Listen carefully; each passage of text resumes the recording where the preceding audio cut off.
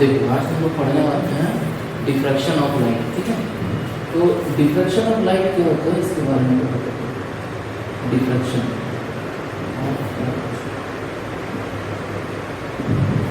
देखो, डिफ्रैक्शन मतलब क्या होता है कि लाइट जब किसी शार्प ऑब्जेक्ट पे पड़ता है तो वो क्या करता है, बेंड कर जाता है उसके कॉर्नर्स के अराउंड, ठीक है।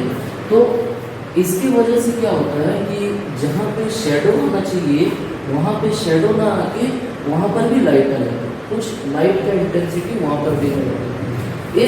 इस फिनोमेना को हम लोग डिफ्रैक्शन कहते हैं। जैसे मान लो एक कोई भी शार्प ऑब्जेक्ट है, यहाँ पे एक सोर्स है, अब हम लोग को आना चाहिए यहाँ तक शेडो, यहाँ तक शेडो आना चाहिए, लेकिन ना कुछ रीजन इसका क्या हो जाएगा, यहाँ पर भी कुछ लाइट आ जाएगा, और यहाँ जब लाइट आएगा तो इस वजह से, किस वजह से लाइट आ रहा है, क्योंकि यहाँ पे लाइट क्या कर जा रहा है ना, बेंड कर जा रहा है। और अगर लाइट बेंड करता है तो इस फिनोमेना को हम बोलते हैं डिफ्रैक्शन ऑफ लाइट, ठीक है। अगर मान लो इस तरीके का भी रहे, यहाँ पे एक शार्प ऑब्जेक्ट है, यहाँ पे एक शार्प ऑब्जेक्ट है, और मान लो ये सोर्स है लाइट का, यहाँ से लाइट जा रहा है। अब लाइट जाने के बाद क्या होगा, इस रीजन में सिर्फ लाइट होना चाहिए, इसी रीजन में सिर्फ लाइट होना चाहिए, लेकिन क्या होगा ना, जैसे यहाँ पे पड़ेगा ये लाइट यहाँ बेंड कर जाएगा, और बेंड करने के बाद हो सकता है कि इस रीजन में भी क्या हो, लाइट आ जाए, है ना, लाइट का कुछ इंटेंसिटी आ जाए। तो ये जो ज्योमेट्रिकल शैडो वाला रीजन है, या जहाँ पे हमारा सिर्फ लाइट आना चाहिए, उस रीजन को छोड़ के भी दूसरे रीजन में जब लाइट चला जाता है ना, वो किसके कारण होता है, बेंडिंग ऑफ लाइट के कारण, है ना। तो जब बेंडिंग ऑफ लाइट हो तो उसको हम लोग बोलेंगे डिफ्रैक्शन ऑफ लाइट, ठीक है।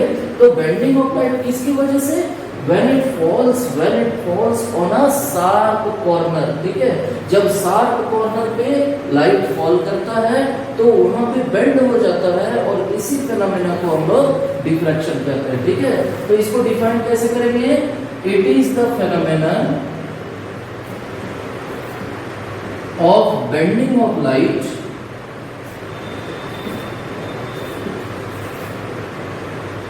when it falls on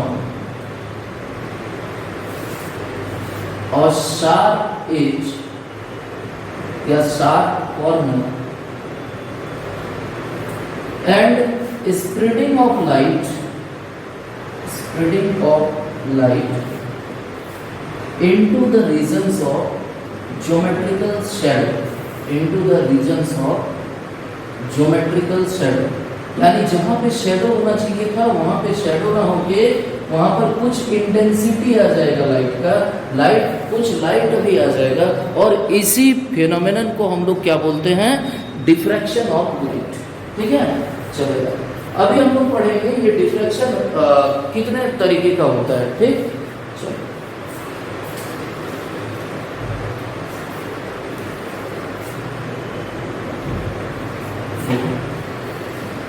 तो ये हमारा डिफ्रैक्शन होगा कब, ये हमारा डिफ्रैक्शन होगा, it is observed only when the size of obstacle का जो साइज है, या फिर बोल सकते हैं एपर्चर का जो साइज है, is comparable to the size of, is comparable to the wavelength of light, ठीक है। लाइट का जब वेवलेंथ से कंपेरेबल होगा, यानी लाइट का वेवलेंथ कितना होता है, 400 नैनोमीटर से लेके 700 नैनोमीटर रफली, है ना। तो लगभग मतलब 400 नैनोमीटर अगर ले लें, इसका मतलब क्या है, 400 × 10⁻⁹ मीटर, यानी लगभग 10⁻⁶ मीटर के आसपास अगर होगा ना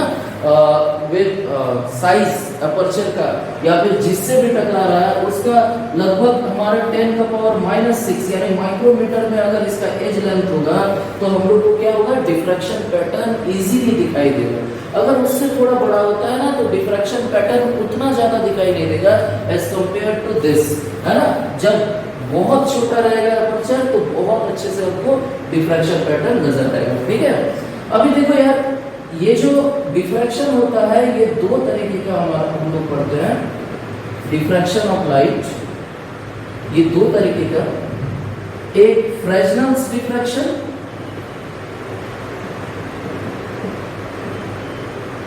और दूसरा हमारा फ्राउनहोफर्स डिफ्रैक्शन।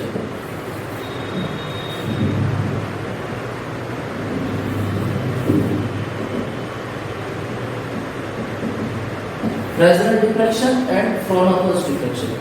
फ्रेजनेल डिफ्रैक्शन में क्या होगा, जो हमारा स्क्रीन होगा और यहाँ पे अभी स्लिट हम लोग लिखेंगे, ठीक है, जो स्क्रीन होगा और स्लिट होगा और सोर्स, ठीक है, तो सोर्स और स्क्रीन क्लोजली प्लेस्ड होगा अगर एपर्चर से या स्लिट से, है ना, तो तब हम लोग बोलेंगे इसको फ्रेजनेल्स डिफ्रैक्शन, ठीक।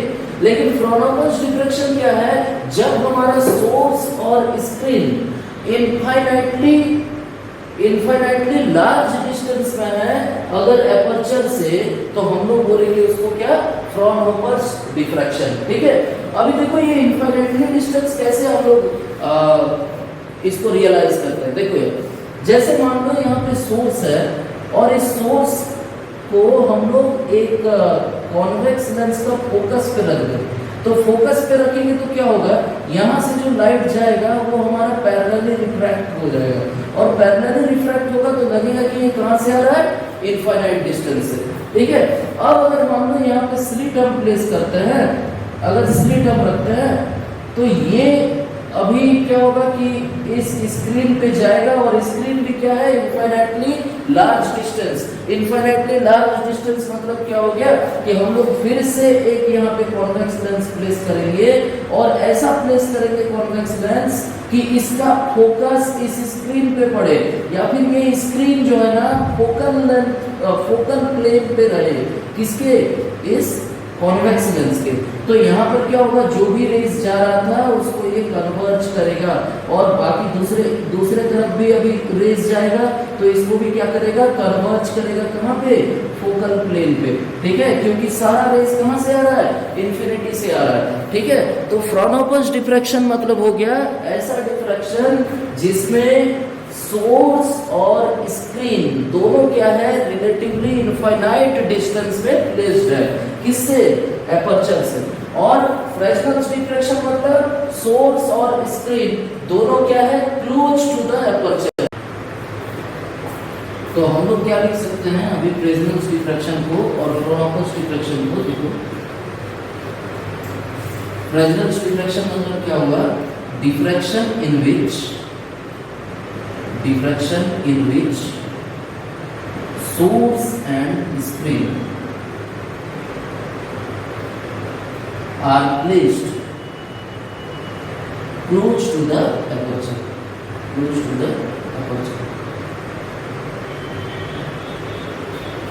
और फ्राउनहोफर्स डिफ्रैक्शन मतलब क्या हो गया, डिफ्रैक्शन इन which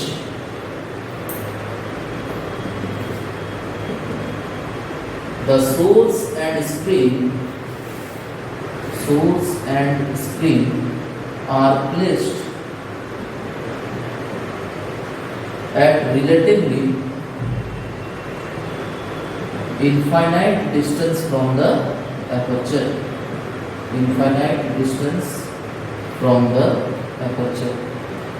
एपर्चर से इनफाइनाइट डिस्टेंस में जब प्लेस होता है तो हम लोग बोलते हैं फ्राउनहोफर्स डिफ्रैक्शन, ठीक है।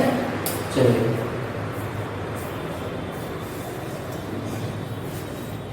अभी हम लोग का सिलेबस में फ्राउनहोफर्स डिफ्रैक्शन है, यानी कि रिलेटिवली इनफाइनाइट डिस्टेंस में जब हमारा एपर्चर प्लेस्ड होगा सोर्स और स्क्रीन से तो हमारा डिफ्रैक्शन पैटर्न कैसा होगा, डिफ्रैक्शन कब हमारा ब्राइट रिंग बनेगा, कब डार्क रिंग बनेगा, है ना, ये सब के बारे में हम लोग को पढ़ना है, ठीक।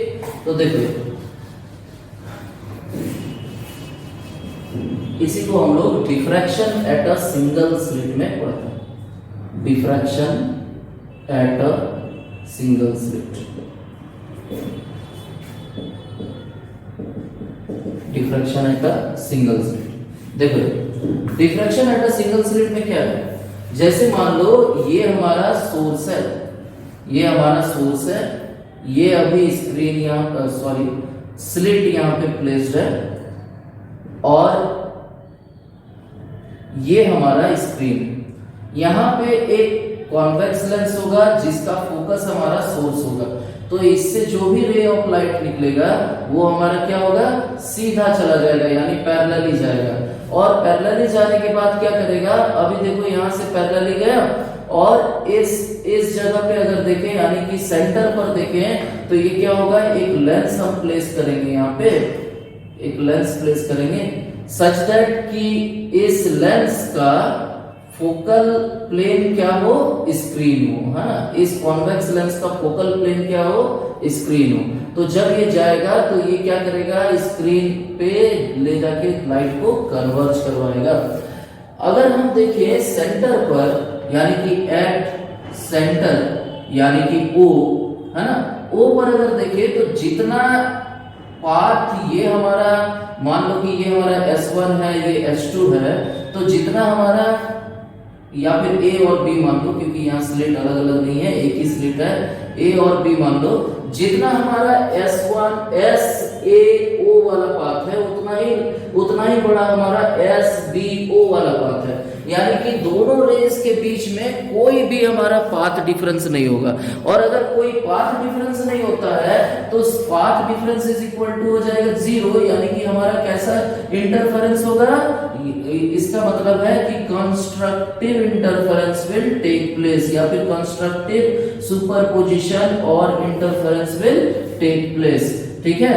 और कंस्ट्रक्टिव इंटरफेरेंस अगर होगा तो इसका मतलब क्या है,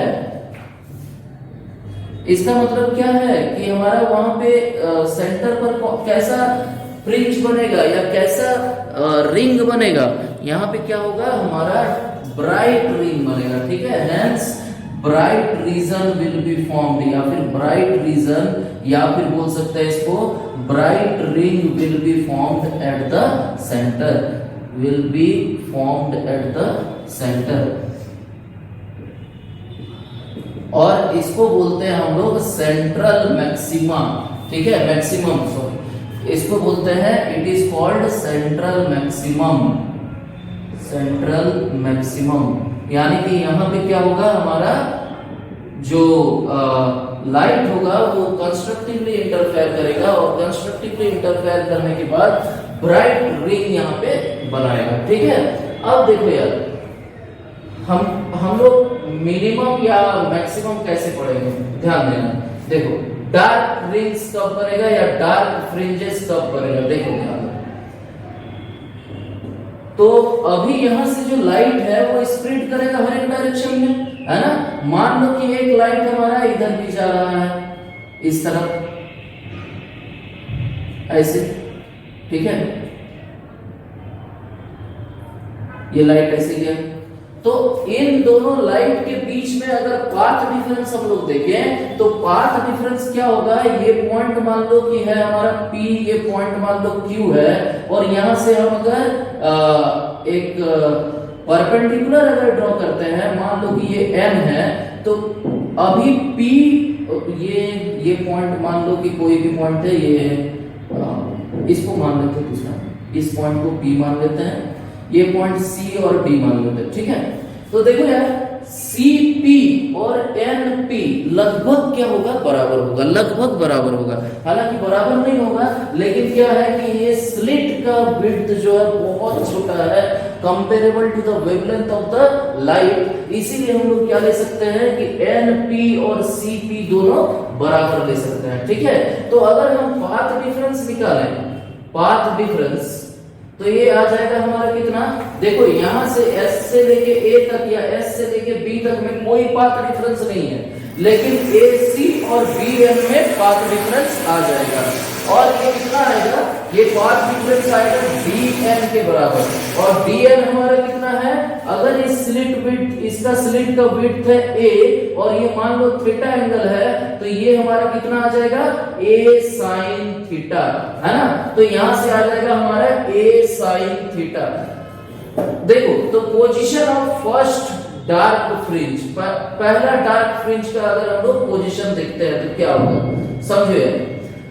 देखो जैसे यहाँ पे a sin थीटा का वैल्यू मान लो कि a sin theta 1 is equal to हमारा लैम्डा है। अगर ये लैम्डा के बराबर हो गया, इसका मतलब क्या है कि a और b से जो स्टार्ट हो रहा है रेस, इसके बीच में हमारा पाथ डिफरेंस हो गया लैम्डा। तो अगर हम इस स्लिट को दो पार्ट में डिवाइड कर लें, दो पार्ट में अगर डिवाइड कर लें, यानी कि a और b है, तो यहाँ पे मान लो कि हम ले लेते हैं e, ठीक है।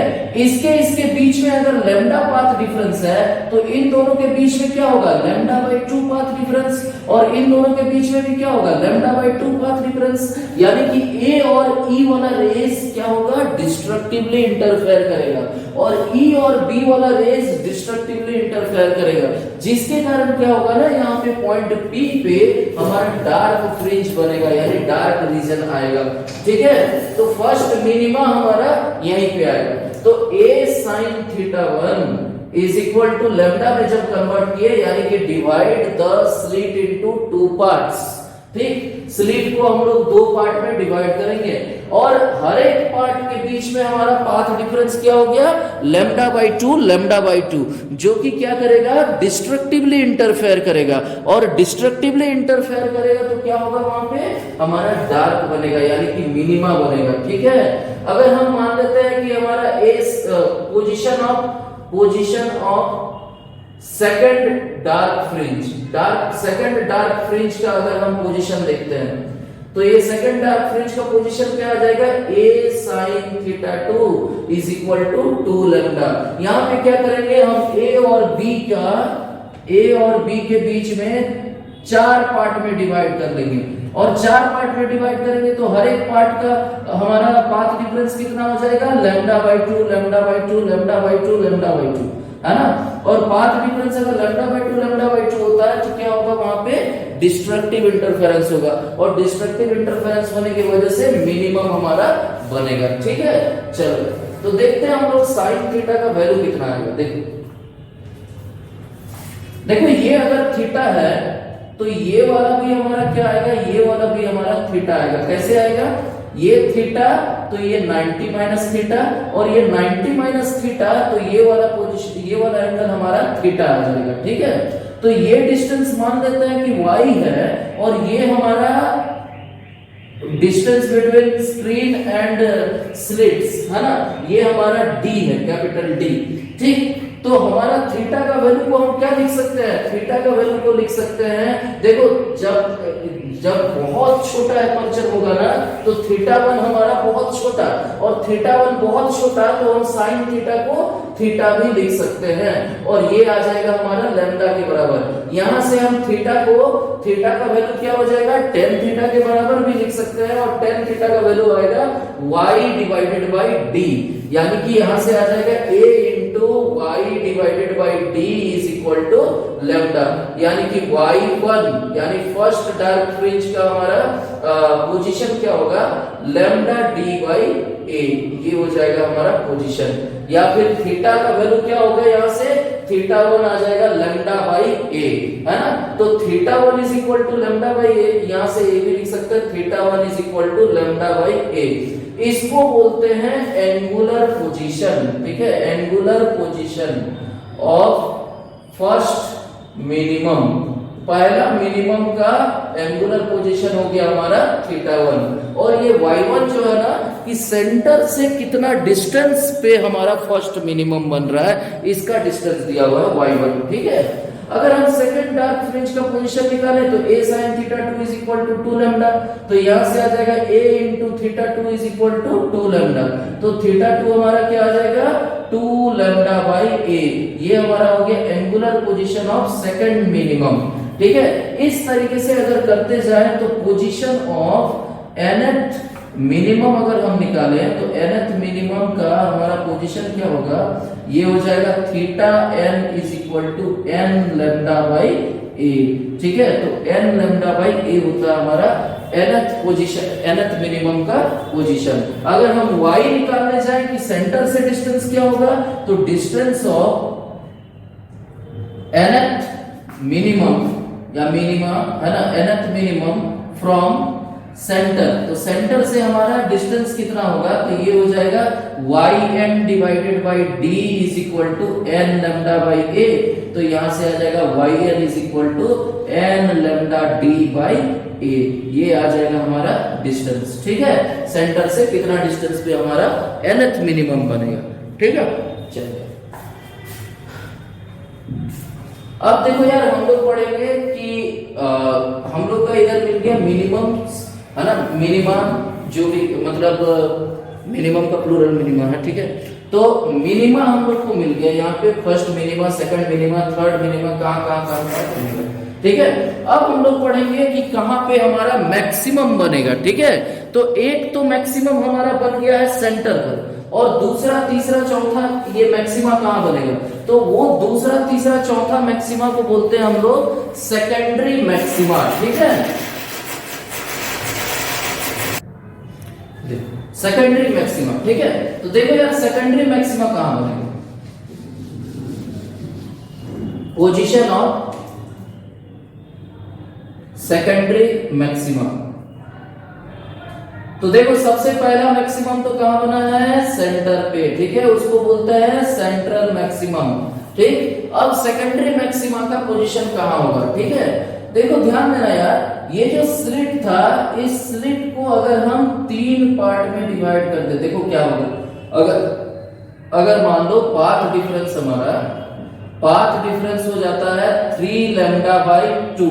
ठीक है, तो अगर हम इस स्लिट को 3 पार्ट में डिवाइड कर दें, जैसे ये हम लोग 2 पार्ट यहां लिख लिए, तो इसके बीच में हमारा पाथ डिफरेंस हो जाएगा लैम्डा बाई 2, इसके बीच में पाथ डिफरेंस हो जाएगा लैम्डा बाई 2, और इसके बीच में भी पाथ डिफरेंस हो जाएगा लैम्डा बाई 2, यानी ए बी सी डी मान लो, तो ए बी इंटरफेयर करेगा डिस्ट्रक्टिवली, बी सी इंटरफेयर करेगा डिस्ट्रक्टिवली, सी डी इंटरफेयर करेगा डिस्ट्रक्टिवली। लेकिन यहां पे देखिए ना कि ए और सी या फिर बी और डी, ये दोनों क्या करेगा, कंस्ट्रक्टिवली इंटरफेयर करेगा, क्योंकि इनके बीच में हमारा पाथ डिफरेंस लैम्डा का है, लैम्डा पाथ डिफरेंस है, जिसके वजह से क्या होगा ना, हमारा डिस्ट्रक्टिव इंटरफेरेंस भी हो रहा है और कंस्ट्रक्टिव इंटरफेरेंस भी हो रहा है ना। तो कंस्ट्रक्टिव के वजह से थोड़ा थोड़ा लाइट क्या होगा हमारा, यानी लाइट का जो सेंट्रल मैक्सिमम होता है ना, उसका लगभग 4%, ठीक है, 4% इंटेंसिटी क्या होता है, बाद में हमको दिखाई देगा,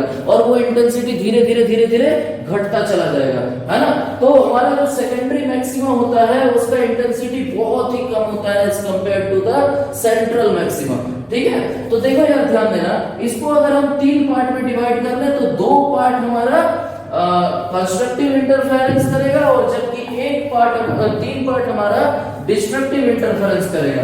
ठीक है, इसके कारण क्या होता है कि हमारा कुछ लाइट चला जाएगा उस रीजन में जहां पे डिस्ट्रक्टिव इंटरफेरेंस हो रहा है, तो यहाँ पे हम लोग को कुछ लाइट दिखाई देगा, यानी कि थोड़ा सा हम लोग को मैक्सिमम दिखाई देगा, और उसी को हम लोग बोलते हैं सेकेंडरी मैक्सिमा। ठीक है, तो अगर हम बात करें position of first secondary maxima, पहला सेकेंडरी मैक्सिमा का मैक्सिमम का हम लोग पोजीशन अगर हम लोग देखें, तो ये क्या है समझो, तो a sin θ1 is equal to θ1 dash मान लेते हैं, θ1 dash is equal to 3 lambda by 2, तो यहां से हमारा θ1 डैश क्या आ जाएगा, ये आ जाएगा 3 लैम्डा बाई 2a। ठीक है, ये हमारा angular position of first secondary maximum आएगा। अगर हम बोले कि position of second secondary maximum, यानी दूसरा सेकेंडरी मैक्सिमम का अगर पोजीशन हम लोग देखें, तो ये क्या आएगा हमारा a sin θ2 dash is equal to 5 lambda by 2, तो यहां से θ2 डैश हमारा क्या आ जाएगा, 5 लैम्डा बाई 2a। ठीक है, ये आ गया position of angular position of second secondary maximum. ठीक, इसी तरीके से अगर हम लोग nth सेकेंडरी मैक्सिमम का पोजीशन देखें, तो ये हो जाएगा 2n + 1 लैम्डा बाई 2a, है ना, जहां पे n का वैल्यू कहां से शुरू होगा, 1 से, 1 डालेंगे तो 3 लैम्डा बाई 2a आएगा ना, तो 1 से शुरू होगा, 1 2 3 4 ऐसे करके हम लोग डाल सकते हैं यहाँ पे। ठीक है, तो ये हो गया हमारा position of nth secondary maximum, ठीक है यार। चलो अगर y का वैल्यू निकालेंगे तो यहाँ भी y का वैल्यू y वैसे ही मिल जाएगा, ठीक है ना। देखो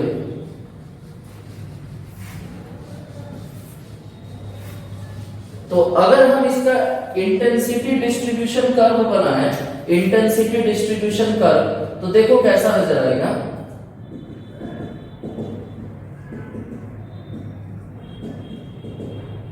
देखो किस तरीके का नजर आएगा। ये अगर सेंटर है ना, ये हमारा सेंटर रीजन है, तो यहाँ पे इंटेंसिटी मैक्सिमम नजर आएगा और दोनों तरफ इस तरीके से इंटेंसिटी नजर आएगा। मैक्सिमम इंटेंसिटी यहाँ पे होगा हमारा सेंट्रल मैक्सिमम, उसके बाद क्या होगा, मिनिमम फॉर्म होगा, फिर यहाँ पे मैक्सिमम होगा लेकिन इसका इंटेंसिटी कम, फिर ये मिनिमम, फिर इंटेंसिटी और घटेगा, फिर इंटेंसिटी और घटेगा। इस तरीके से क्या होगा, इंटेंसिटी घटता चला जाएगा, ठीक है। तो इस तरीके का हमको इंटेंसिटी डिस्ट्रीब्यूशन कर्व नजर आएगा। इस तरीके से हमको इंटेंसिटी का वेरिएशन नजर आएगा सेंटर से, यानी सेंटर के बाद कैसा हमारा इंटेंसिटी वेरी कर रहा है, ठीक है। ये हो गया डिस्टेंस फ्रॉम सेंटर, या फिर ये थीटा ले लेते हैं, ठीक है, थीटा का वैल्यू ले लेते हैं। तो थीटा का वैल्यू क्या क्या आएगा ये हम लोग देख लेते हैं। देखो यार, और ये हमारा है इंटेंसिटी। तो देखो ये पोजीशन जो फर्स्ट मिनिमम का पोजीशन आ रहा था वो आ रहा था हमारा लैम्डा बाई ए, यानी इधर हो जाएगा लैम्डा बाई ए। सेकंड का 2 लैम्डा बाई ए, थर्ड का 3 लैम्डा बाई ए, इधर हमारा क्या आ जाएगा minus lambda by A, minus 2 lambda by A, minus 3 lambda by A, है ना। ये सब हमारा पोजीशन आ गया मिनिमम का। मैक्सिमम का, सेकेंडरी मैक्सिमम का पोजीशन क्या होगा, ये हो जाएगा हमारा 3 लैम्डा बाई 2a, ठीक है। ये हो जाएगा हमारा 5 लैम्डा बाई 2a, ये हो जाएगा माइनस 3 लैम्डा बाई 2a, और यहां से आ जाएगा माइनस 5 लैम्डा बाई 2a, ठीक है। और ये हमारा 0। देखो ये हमारा आ जाता है इंटेंसिटी डिस्ट्रीब्यूशन कर्व डिफ्रैक्शन की वजह से।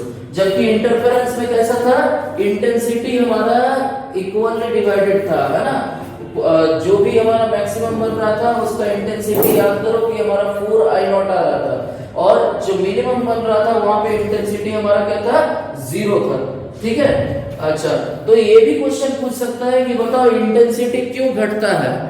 जैसे सेकेंडरी मैक्सिमा का intensity is less than the central maxima, why.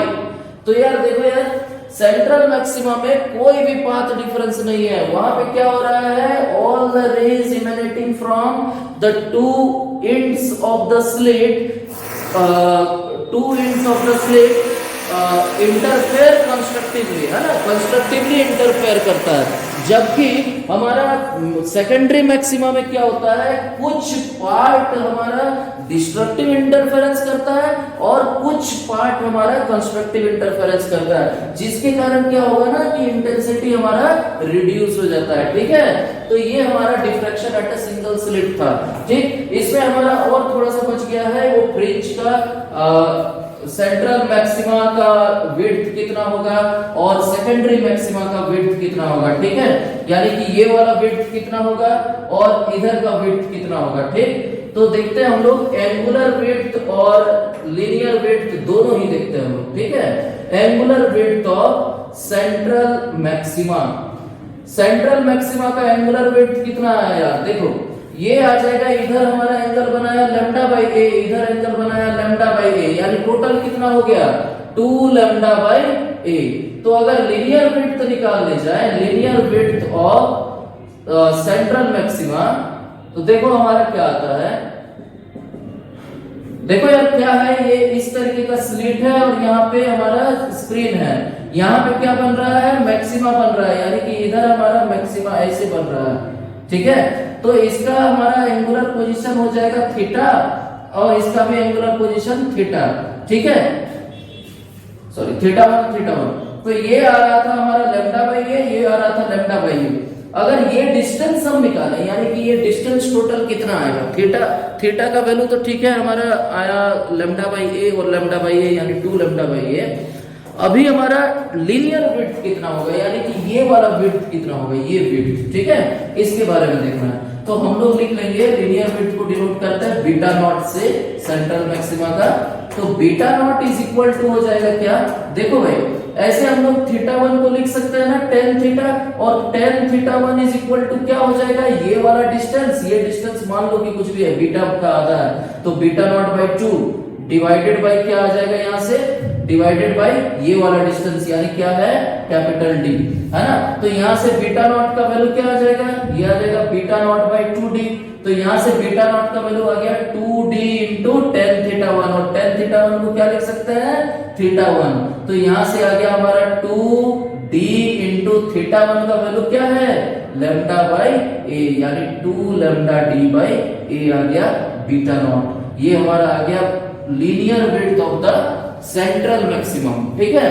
अगर हम एंगुलर विड्थ देखें सेकेंडरी मैक्सिमम का, मान लो यहां से यहां तक का सेकेंडरी मैक्सिमम है, इसका एंगुलर विड्थ कितना होगा, तो लैम्डा बाई a से 2 लैम्डा बाई a, यानी कितना आया लैम्डा बाई a, यानी इसका आधा आ रहा है, ठीक है। तो यहां पर देखेंगे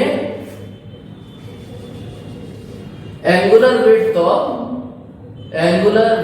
ऑफ सेकेंडरी मैक्सिमम, ठीक है। कोई भी सेकेंडरी मैक्सिमा का हम लोग एंगुलर विड्थ अगर निकाल रहे हैं तो क्या होगा, देखो तो हम लोग मान लो कि nth सेकेंडरी मैक्सिमा का पोजीशन लिख लेते हैं, एंगुलर पोजीशन, तो ये आएगा n लैम्डा बाई a, और n प्लस 1th का क्या आएगा, ये आ जाएगा n plus 1 into lambda by a। ये हमारा क्या है मिनिमम का, है ना, ये हमारा पोजीशन ऑफ nth मिनिमम या फिर मिनिमम, और ये है हमारा position of n plus 1th minimum, है ना। तो देखो यार ध्यान देना कि दो मिनिमा के बीच में हमारा क्या है मैक्सिमा है ना। तो मैक्सिमा का अगर एंगुलर विड्थ निकालना हुआ, यानी angular width of secondary maxima, ये हमारा क्या आ जाएगा सेकेंडरी मैक्सिमा, ये आ जाएगा हमारा theta n plus 1 minus theta n, और थीटा n प्लस 1 कितना है n plus 1 lambda by a minus n lambda by a। यहां से n lambda by a cut जाएगा, बचेगा क्या लैम्डा बाई a, है ना। तो यानी कि एंगुलर विड्थ कितना है सेकेंडरी मैक्सिमा का लैम्डा बाई a। अगर हम यहाँ पे लीनियर विड्थ इसका निकालते हैं तो लीनियर विड्थ कितना आ जाएगा, linear width of secondary maxima, linear width of secondary maxima, तो ये हमारा बीटा का वैल्यू आ जाएगा कितना